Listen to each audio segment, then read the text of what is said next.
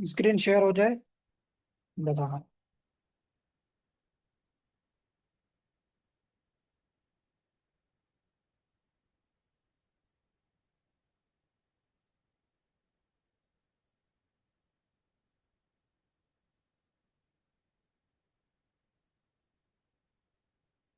Okay, share हो गई होगी। कल हमने क्वेश्चन किए थे 352 तक। यूट्राइन टोर्शन का ट्रीटमेंट बताया था। यहाँ तक हमने एमसीक्यूज किए थे, ये वेटनरी रिप्रोडक्शन के, या गायनाकोलॉजी। आज जो नेक्स्ट क्वेश्चन करते हैं वो करते हैं यहाँ से 355। ये भी एक question exam point of view से आ तो नहीं सकता है, बट फिर भी आपको पता होना चाहिए। जो है ना, थोड़ा सा इम्पोर्टेंट। आर्टिफिशियल वजाइना जो मेथड होता है कलेक्शन के लिए बुल्स में, उसकी सिलेंडर की लेंथ कितनी होती है ये भी आपको पता हो। ये होती है 30 to 40 सेंटीमीटर, ठीक है। और अभी है ना, जो आर्टिफिशियल वजाइना मेथड होता है इसमें डिफरेंट जो है ना इन्वॉल्व होते हैं, जैसे सिलेंडर है, इनर स्लीव्स होते हैं, रबर होता है यूज।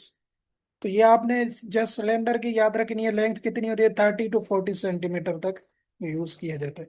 और जो इनर स्लीव्स होती है, जो जो आर्टिफिशियल वेजाइनल केनाल बनाती हैं, तो उसकी लेंथ कितनी होती है 50 to 55 सेंटीमीटर होती है। बट ये पेपर के हवाले से इतना इंपॉर्टेंट नहीं है, फिर बता रहा हूँ, ठीक है।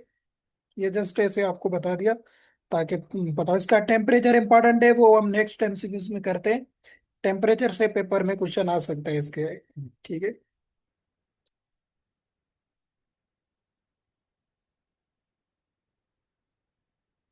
अच्छा, उसके बाद the capacity of collecting tube used in AV for bulls. Bulls के लिए जो कैपेसिटी होती है कलेक्टिंग ट्यूब की, वो कितनी होती है, मतलब कितना एमएल वो कलेक्ट कर सकता है आर्टिफिशियल वजाइना सीमन को। तो ये भी आपने याद रखना है, 10 ml होता है बुल्स में। बुल का जस्ट आपको पता हो, क्योंकि जनरली बुल से ज्यादा क्वेश्चंस पूछे जाते हैं या काउ से रिलेटेड ज्यादा पूछे जाते हैं। तो इसकी जो कैपेसिटी होती है आर्टिफिशियल वजाइना में, जो कलेक्टिंग ट्यूब होता है उसकी, वो होती है 10 ml। 10 ml तक वो सीमन को अप्रोक्सीमेटली कलेक्ट कर सकता है।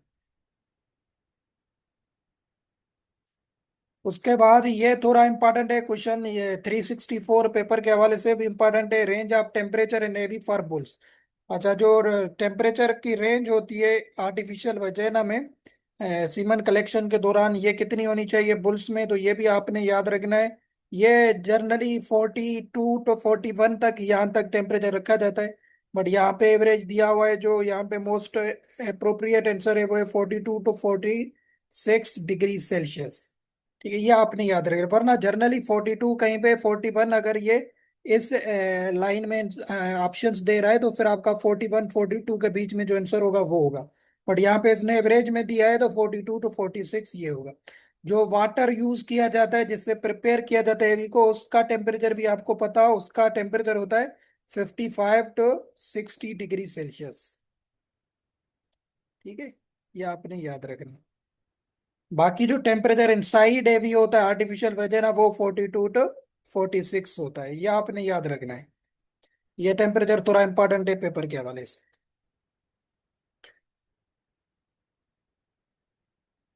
How many times generally semen is collected from bull in a week में, कितना कितना टाइम सीमन को कलेक्ट किया जाता है बुल से, वंस या ट्वाइस अ वीक। ये भी आपको पता हो, बट ये भी इतना ज्यादा इंपॉर्टेंट क्वेश्चन नहीं है, इनसे इतने नहीं आते हैं क्वेश्चन। उसके बाद वहां पे हमने लेंथ ऑफ सिलेंडर पढ़ा था कि किसका, आर्टिफिशियल वजाना में बुल्स का 30 to 40 सेंटीमीटर था। रेम और बक का भी पता हो आपको, रेम और बक में कितना होता है। तो जो रेम होता है शीप का, उसमें जो सिलेंडर की लेंथ होती है वो होती है 20 सेंटीमीटर। ठीक है, 20 सेंटीमीटर होती है। और बक जो होता है गोट का, उसमें होती है 15 सेंटीमीटर। बट ये फिर भी बता रहा हूँ, ये इतने इंपॉर्टेंट क्वेश्चन नहीं है। जो इंपॉर्टेंट होते हैं मैं आपको वहीं पे लिखवा देता हूँ। ये जस्ट आपकी नॉलेज में हो, बाकी ऐसे जितने यहाँ से क्वेश्चन डीप में नहीं आते।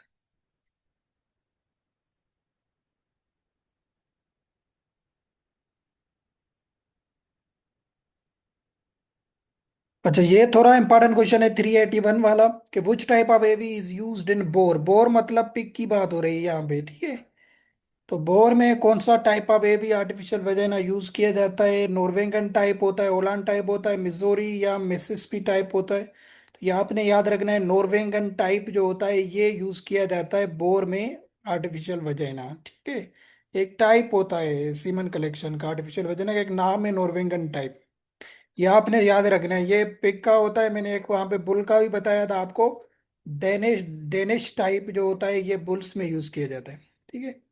डेनिश टाइप आपको बताया था, यहीं पे ये क्वेश्चन हमने किया था। अगर बुल से रिलेटेड पूछा जाए तो डेनिश टाइप, बोर का पूछा जाए तो नॉर्वेगन टाइप, और उसके बाद स्टालियन का पूछा जाए, स्टालियन का मतलब है हॉर्स का, ठीक है। स्टालियन जो होता है शायद यहाँ पे लिखा भी होगा, हाँ यहाँ पे है भी नेक्स्ट क्वेश्चन। मिसिसिपी जो होता है ना, मिसिसिपी मॉडल आर्टिफिशियल वजाइना का, ये यूज किया जाता है स्टालियन में, ये आपने याद रखना है, ठीक है। इसको मिसिसिपी को मिसोरी भी कहा जाता है, ये दोनों ये सेम नाम है, ठीक है। मिसोरी टाइप या मिसिसिपी ये दोनों सेम ही है, तो कोई भी ऑप्शन में आ जाए तो आपको ये जस्ट पता हो, मिसिसिपी जो होता है ये स्टालियन में यूज किया जाता है, नॉर्वेगन टाइप जो होता है ये बोर में यूज किया जाता है, और डेनिश टाइप जो होता है ये बुल्स में आर्टिफिशियल वजाइना का टाइप यूज किया जाता है, ठीक है। ये आपने थोड़े नाम याद रखने हैं इसलिए, क्योंकि ये यहीं से क्वेश्चन आ सकते हैं।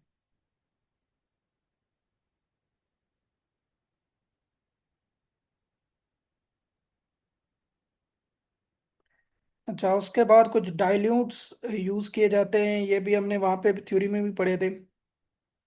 यहाँ पे देखते हैं 391 में, recommended dilute for semen of horse, horse की सीमन में जो डाइल्यूट यूज किया जाता है कौन सा किया जाता है, योग साइट्रेट मॉडिफिकेशन, योग ग्लूकोज बाइकार्बोनेट, योग ग्लूकोज जेलाटाइन, योग ग्लूकोज साइट्रेट, ठीक है। तो आर्स में आपने याद रखना है ग्लूकोज जेलाटाइन यूज किया जाता है डाइल्यूट करके, ताकि वहां पे जो उसकी मोबिलिटी है या स्पम्स को प्रोटेक्ट किया जाता है, उसकी क्वालिटी वगैरह को मेंटेन करने के लिए, और उन्हें एनर्जी वगैरह उन्हें प्रोवाइड किया जाता है, डाइल्यूट का ये काम होता है। तो आर्स में कौन सा यूज किया जाता है, ग्लूकोज जेलाटाइन यूज किया जाता है। उसके बाद स्वाइन जो है इसमें बाइकार्बोनेट यूज किया जाता है, यो ग्लूकोज बाइकार्बोनेट, ये इतना इंपॉर्टेंट नहीं है। उसके बाद बुल का आपको पता हो, बुल में ये जो फर्स्ट ऑप्शन है योग साइट्रेट मॉडिफिकेशन, ठीक है, ये बुल में यूज किया जाता है डाइल्यूट जो है ना, योग साइट्रेट मॉडिफिकेशन यूज किया जाता है, और योग ग्लूकोज साइट्रेट ये रे में यूज किया जाता है। तो बस बुल का आपको पता हो, बुल का या हार्स का, इन दोनों का, बट ये भी फिर भी इतने इंपॉर्टेंट क्वेश्चन नहीं है पेपर के हवाले से। उसके बाद नेक्स्ट क्वेश्चन क्या है, 395, क्योंकि शुरू में थोड़े इंपॉर्टेंट क्वेश्चन थे, अभी ये लास्ट चल रहे हैं गायनाकोलॉजी का, तो इसमें इतने वो ज्यादा एट वाले क्वेश्चंस नहीं। Storage temperature for semen of bull कौन सा होता है, ये थोड़ा इंपॉर्टेंट क्वेश्चन है। ये आपने याद रखना है, 5 degree Celsius, 15, 25 to 30 none of this. तो 5 डिग्री सेल्सियस जो होता है ये स्टोरेज टेम्परेचर होता है बुल की सीमन को, मतलब स्टोर करने के लिए, कूल करने के लिए, ताकि स्पर्म की मेटाबॉलिज्म वगैरह रिड्यूस हो, प्रिजर्वेशन ज़्यादा हो सके, क्वालिटी बेहतर हो। तो 5 डिग्री सेल्सियस पे स्टोर किया जाता है बुल की सीमन को, ये स्टोरेज टेम्परेचर है। तो ये आपको थोड़ा सा पता होना चाहिए।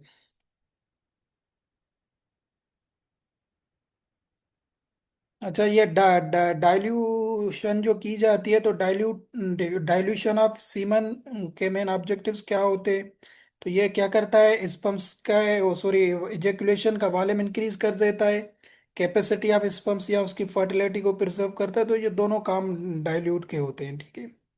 मतलब एक एजेकुलेशन को आप प्रिपेयर करके मेनी डोजेज ऑफ आर्टिफिशियल में यूज कर सकते हैं, तो ये वॉल्यूम ऑफ एजेकुलेशन को बढ़ा देता है। उसके बाद स्पर्म्स की जो मोटिलिटी होती है, मतलब मूवमेंट्स वगैरह जो होती है, उसको शॉक वगैरह से या एनवायरमेंटल डैमेज से बचाता है। जिसमें ये बताया आपको, ग्लूकोज जेलाटाइन हो गया, योग साइट्रेट मॉडिफिकेशन, ये सारे काम क्या करते हैं, उसकी प्रिजर्वेशन करते हैं या उसके वॉल्यूम को इंक्रीज कर देते हैं, ये इनका मेन ऑब्जेक्टिव्स होते हैं।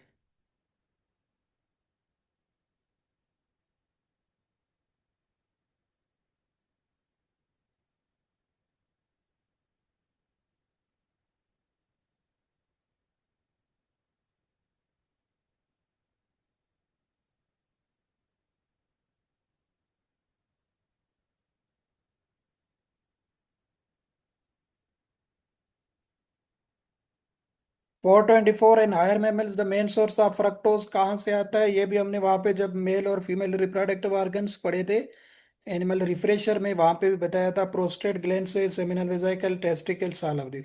तो जो ग्लूकोज का लेवल होता है या फ्रक्टोज जहाँ से निकलता है वो किसका सोर्स होता है, सेमिनल वेसिकल्स, ठीक है, सेमिनल वेसिकल्स फ्रक्टोज को प्रोड्यूस करवाते हैं।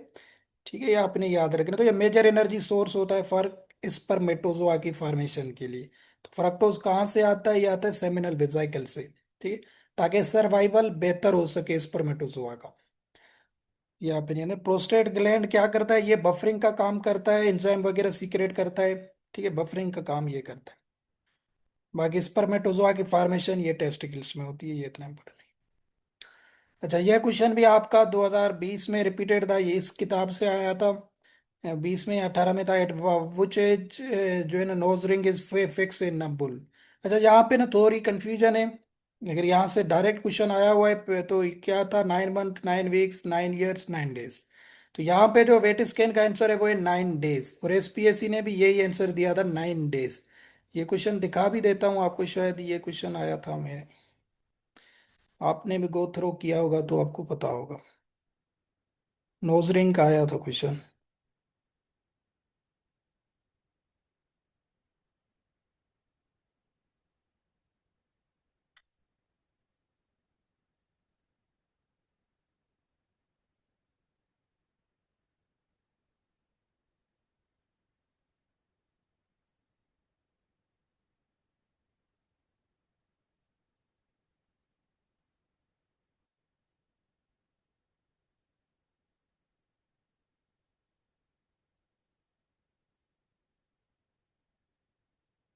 हाँ, यहाँ पे देखें, ये क्वेश्चन था, यहाँ पे 19 नंबर क्वेश्चन था।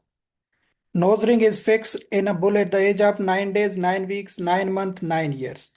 ठीक है, ये सेम ऑप्शंस यहाँ से ही थे। तो यहाँ पे जो करेक्ट आंसर दिया था, या जैसे वेट स्केल में ये वो है 9 डेज। के जो नोज रिंग फिक्स की जाती है बुल में, जो है ना ब्रीडिंग के दौरान, तो वो 9 डेज में की, ये वेट स्केल का है। वरना जर्नली जो है वो 9 9 मंथ जो है वो आंसर करेक्ट होगा। ठीक है, एक अगर प्रैक्टिकली बात की जाए तो अप्रोक्सीमेटली 9 to 12 मंथ के अंदर अंदर ये जो है ना नोज रिंग फिक्स की जाती है। टू फैसिलिटेट किसके लिए? Handling and controlling of animal या एग्रेसिव बिहेवियर को कंट्रोल करने के लिए। क्योंकि ये कॉपी पेस्ट क्वेश्चन था, तो उन्होंने भी यही आंसर माना था जो वेट स्केल में था। तो इसलिए आपने दोनों चीजें याद रखनी है। क्योंकि अगर ये मैंने आपको जैसे बताया, पास पेपर से क्वेश्चन आते हैं, तो जो है ना इसलिए हमें पता होना चाहिए। तो ये 9 डेज आपने याद रखना है न्यूज रिंग की जाती है। बट जर्नली दोनों बता रहा हूँ मैं आपको, ऐसा नहीं कि मैं 9 डेज पे ही अटका हुआ हूँ। दोनों चीजें आपको क्लियर होनी चाहिए। ठीक है, तो नोज रिंग अराउंड 9 मंथ में ये जो है ना फिक्स की जाती है, but according to vet scan book 9 days. ठीक है, ये आपका रिपीटेड क्वेश्चन है। उसके बाद क्या है क्वेश्चन के एट वाट एज, ये भी आपने याद रखना है, ये भी इंपॉर्टेंट क्वेश्चन है, इससे related. At what age bull should be trained for semen collection, bull को ट्रेन किया जाता है सीमन कलेक्शन के लिए। कौन से मंथ में? आपने याद रखना है 18th मंथ में। ठीक है, 18वें मंथ में बुल को ट्रेन किया जाता है फॉर सीमन कलेक्शन। ठीक है, तो इंट्रोड्यूस करवाया जाता है सीमन कलेक्शन, या उसे ट्रेन किया करवाया जाता है फिजिकली, या ताकि उसमें मेच्योरिटी इनफ आ जाए। ठीक है, तो ये 18 मंथ है, 1.5 ईयर्स का टाइम हो गया। ईयर्स में भी पता हो सकता है, वो ईयर्स में देते 1.5 ईयर्स। ठीक है, आपको ये क्लियर होने चाहिए। क्योंकि ये दोनों क्वेश्चंस वो जो है ना इंटरचेंजेबल हैं, तो आ सकता है। और सीमन कलेक्शन बुल्स में कब की जाती है? ये मैंने उस दिन भी आंसर बताया था, आर्टिफिशियल इंसेमिनेशन में शायद बताया, अर्ली मॉर्निंग में की जाती है। ठीक है, ये आपने याद नहीं, बट ये इतना इंपॉर्टेंट नहीं है। उसके बाद है brownish colour semen probably indicate what. अगर सीमन ब्राउनिश कलर की है तो वो क्या इंडिकेट करेगी? डीजनरेटेड ब्लड टिश्यूज, पसिन सेल्स, फ्रेश ब्लड, पेरुलेंट डिजेनरेशन। ठीक है, तो जो ब्राउन कलर कलर की सीमन होती है वो क्या चीज को इंडिकेट करती है? डीजनरेटिव ब्लड टिश्यूज होते हैं। अगर सीमन का कलर ब्राउनिश है, डीजनरेटिव का मतलब होता है ओल्ड ब्लड सेल्स उसमें मौजूद होते हैं, टिश्यूज मौजूद होते हैं सीमन में। वैसे इस कंडीशन को हेमाटोस्पर्मिया भी कहा जाता है। ठीक है, हेमाटोस्पर्मिया।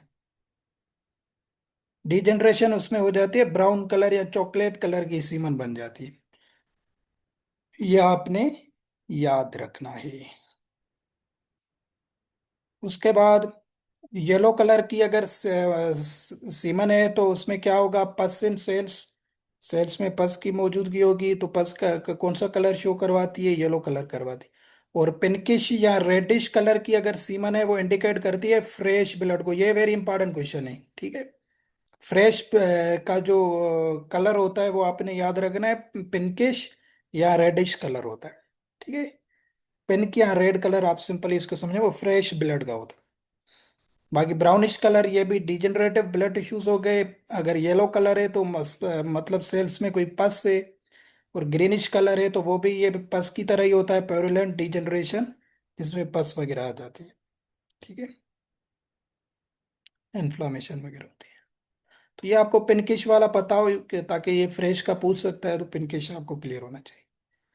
उसके बाद नेक्स्ट क्वेश्चन थोड़ा सा इंपॉर्टेंट है, 433 पे, the specific gravity of whole semen in dogs. Dogs में स्पेसिफिक ग्रेविटी कितनी होती है? 1.028, 1.011, 35, 1.040। डॉग्स में आपने याद रखना है 1.011 जो है ये जो है ना होल सीमन की स्पेसिफिक ग्रेविटी।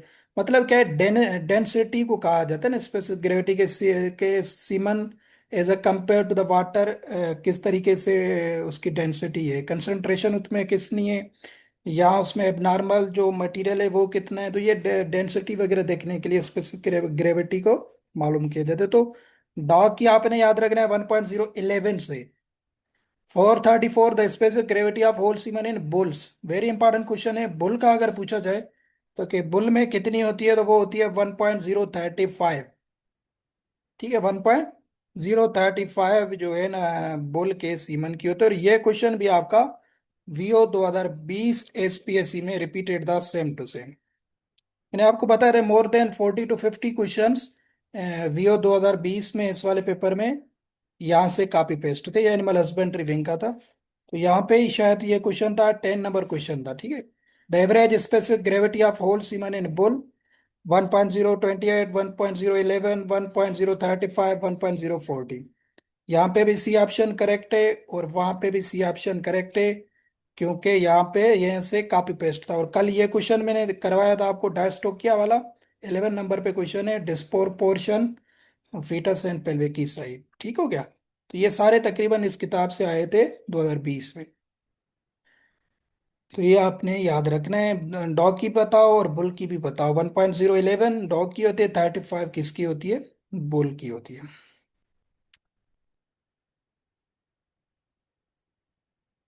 फिर आते हैं नेक्स्ट क्वेश्चन पे।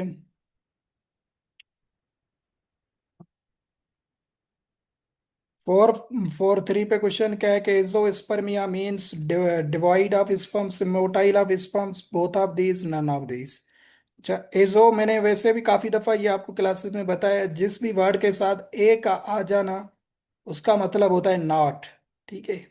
एक एक इसको शो करता है, नॉट को शो करता है, एब्सेंस को शो करता है, ठीक है। एजोस्पर्मिया का क्या मतलब होता है? डिवाइड ऑफ स्पर्म्स, या इसको कहा जाए कि नो स्पर्मेटोजोआ, ठीक है।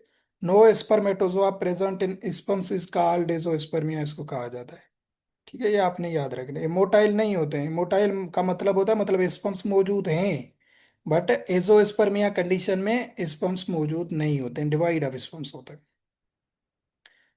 उसके बाद है नेक्रोस्पर्मिया। नेक्रोस्पर्मिया फिर किससे कहा जाता है? इमोटाइल स्पर्म्स को कहा जाता है, ठीक है। मतलब स्पर्म्स मौजूद हैं बट वो वायबल नहीं है, ठीक है, डेड है। सीमन में स्पर्मेटोजोआ मौजूद है बट इमोटाइल है, ठीक है। तो इस कंडीशन को नेक्रोस्पर्मिया या नेक्रोजूस्पर्मिया कंडीशन भी कहा जाता है। ये आपने थोड़ा याद रखना है, बट ये भी है, सच कोई इंपॉर्टेंट नहीं है।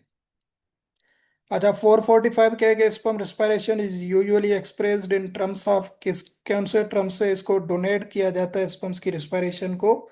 XO2, YO2, ZO2, AO2, ठीक है। तो ZO2 जो है ये सिंबल आपने याद रखनी है, ये स्पर्म्स की रेस्पिरेशन को शो करती है। मतलब कि जो है ना अमाउंट ऑफ ऑक्सीजन कंज्यूम जो करते हैं स्पर्मेटोजोआ, इसको रेस्पिरेशन रेट कहा जाता है स्पर्म्स का, स्पर्म सेल्स का। तो इसको शो किया जाता है ZO2 से, ठीक है। मतलब स्पर्म्स में यूटिलाइजेशन कितनी है फ्रक्टोज वगैरह की या एटीपी की, ये जूमिंग इसको कहा जाता है, ठीक है। जूमिंग या स्पर्म रेस्पिरेशन भी इसको कहा जाता है।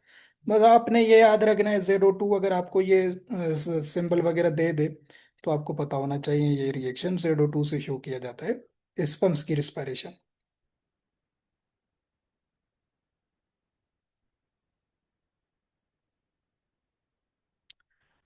उसके बाद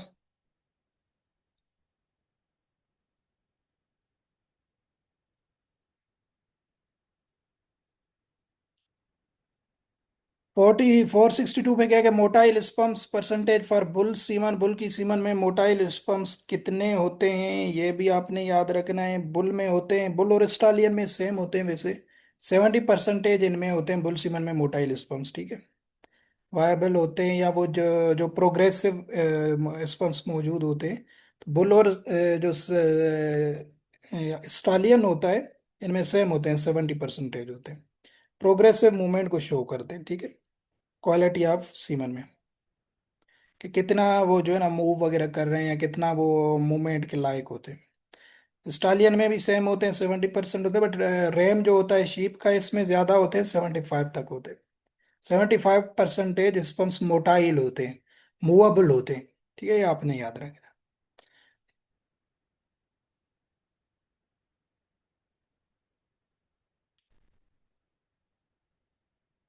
ये भी उस दिन क्वेश्चन करवाया था, इंसेमिनेट काउ का ऑप्टिमम टाइम क्या होता है, मिडिल या एंड ऑफ ईस्ट्रस में किया जाता है।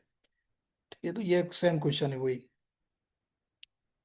Side of deposition of semen in cow, ये भी आपने याद रखना है। वैसे ये जो है ना, डिपोजिशन जो की जाती है बॉडी ऑफ यूट्रस में की जाती है काउ की।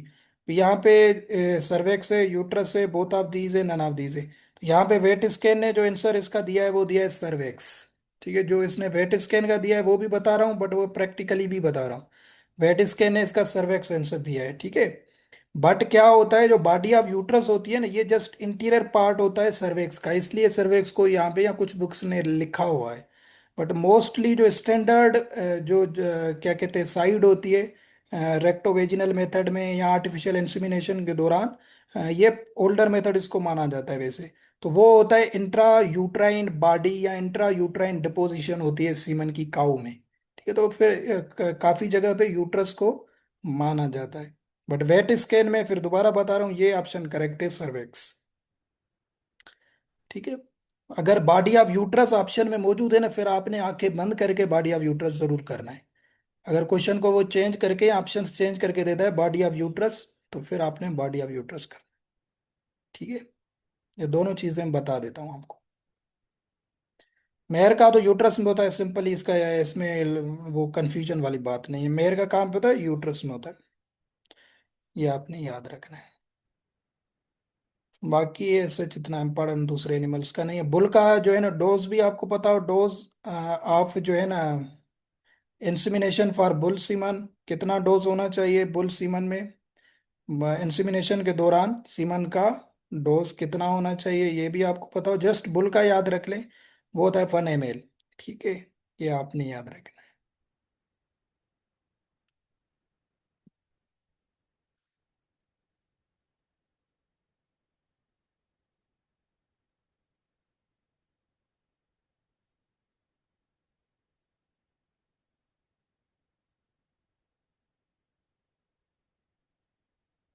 अच्छा, 492 पे यहाँ पे 3 क्वेश्चंस हैं जो वैसे आता तो यहाँ से क्वेश्चन आ भी चुका है लुक एट नाइट्रोजन का, बट डिफरेंट जो है ना यूज किए जाने, जैसे at which of the following temperature frozen semen में be stored by using solid carbon dioxide and alcohol. ये आपने जरूर देखना है, ऐसे नहीं बस इसने बात की तो आप -196 को ही करेक्ट करके आए। उसने पूछा है सॉलिड कार्बन डाइऑक्साइड जो होता है या जो है ना उस पे कितना जो है ना स्टोर किया जाता है फ्रोजन सीमन को। तो ये आपने याद रखना है, कितना होता है, -79 डिग्री सेल्सियस पे। ठीक है। Solid carbon dioxide dry ice को कहा जाता है, ये वैसे एवरीडे साइंस में भी क्वेश्चन आता है कि ड्राई आइस को क्या कहा जाता है। तो ऑप्शन में देता है ऑक्सीजन, कार्बन डाइऑक्साइड, तो आपको पता कार्बन डाइऑक्साइड जो होती है उसको ड्राई आइस कहा जाता है। ठीक है। तो ड्राई आइस या अल्कोहल पे अगर सीमन को, फ्रोजन सीमन को स्टोर किया जाएगा, तो उसका टेम्परेचर होता है -79 डिग्री सेल्सियस, ये आपने याद रखना। लिक्विड नाइट्रोजन जो वेपर्स वगैरह होते हैं वो 190 डिग्री सेल्सियस पे किए जाते हैं। और लिक्विड नाइट्रोजन खुद के केस पे किया जाता है, वो आप सबको पता है, 196 degree Celsius, -190 degree, 196 degree Celsius. वैसे कोई क्वेश्चन लिक्विड नाइट्रोजन से ही आता है और आ भी चुका है काफी एग्जाम्स में, ये वाला लिक्विड नाइट्रोजन का। बट आपको ये तीनों पता हो, किसी का भी दे सकता है, जरूरी तो नहीं लेकिन नाइट्रोजन ही दे दे।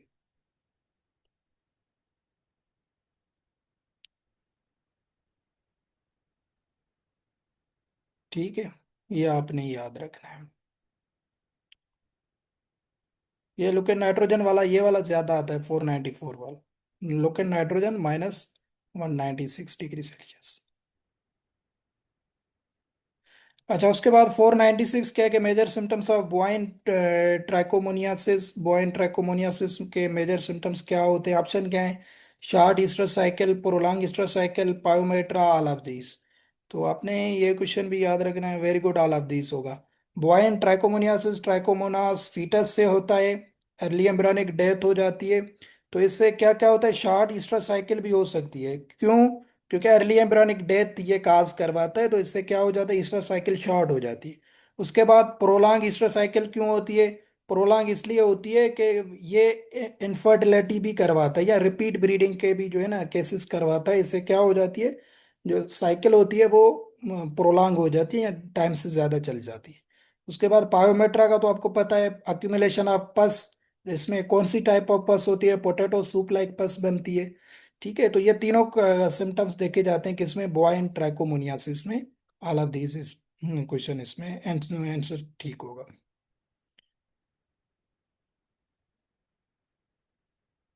उसके बाद 500 पे ये भी सारे क्वेश्चन डिस्कस किए हुए हैं। विच of the following placenta is found in pig? Pig की अगर पूछी जाए तो कौन सी होती है? डिफ्यूज होती है, कोटिलेडंट्री होती है, जूनरी होती है, डिस्क्वाइडल होती है। ठीक है, ये भी आप सबको पता है कि इस पिग में कौन सी होती है? डिफ्यूज टाइप ऑफ प्लेसेंटा होती है। कॉटिलेडन ट्री किसमें होती है? जो रूमिनेंट होते हैं। रूमिनेंट में कोई भी पूछ ले आपने याद रखना है, शीप कह दे, गोट कह दे, या इवन केटल कह दे, या काऊ कह दे, कोई भी वर्ड दे दे। तो उन सब के लिए कौन सी होगी? कॉटिलेडन होगी, ये आपने याद रखना है। फिर जूनरी किसमें होती है? जूनरी भी इंपॉर्टेंट है, ये बिच आपने याद रखना है। बिच में होती है जूनरी टाइप।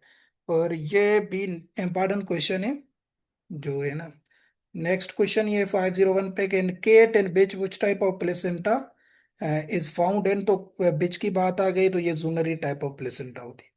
यहाँ पे देखें, काऊ उसने नहीं दिया है, शीप एंड काऊ, काऊ भी दिया है, चलो विच टाइप ऑफ प्लेसेंटा। तो शीप एंड काऊ ये किस में आते हैं? रुमिनेट्स में आते हैं। रुमिनेट्स जो जितने भी होते हैं उनमें कोटिलेडंट्री प्लेसेंटा होती है। ठीक है, ये हम सारे क्वेश्चन कर चुके हैं ऑलरेडी। रेट एंड रैबिट में ये डिस्क्वाइडल टाइप ऑफ प्लेसेंटा होती है, बट ये इतना इंपॉर्टेंट क्वेश्चन नहीं है। ज्यादातर बिच से पूछते हैं, या पिग का वो दे सकता है, क्योंकि इनके थोड़े नाम यूनिक होते हैं, डिफ्यूज है जैसे जूनर ही है। तो ये आपने याद रखना है।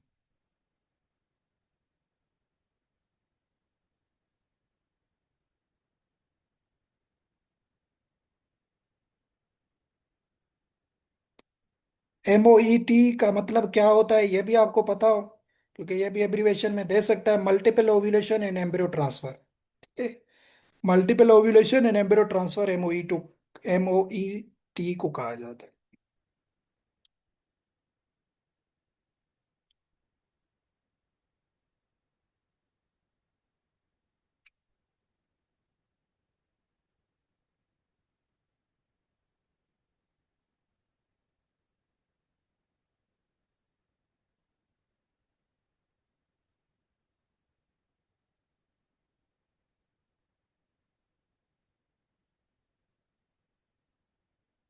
चलो यहाँ तक करते हैं, क्योंकि यहाँ पे एक दो कंसेप्ट हैं, जैसे म्यूटेशन, रोटेशन, और उसके बाद जो है ना रिपल्शन, टॉर्शन।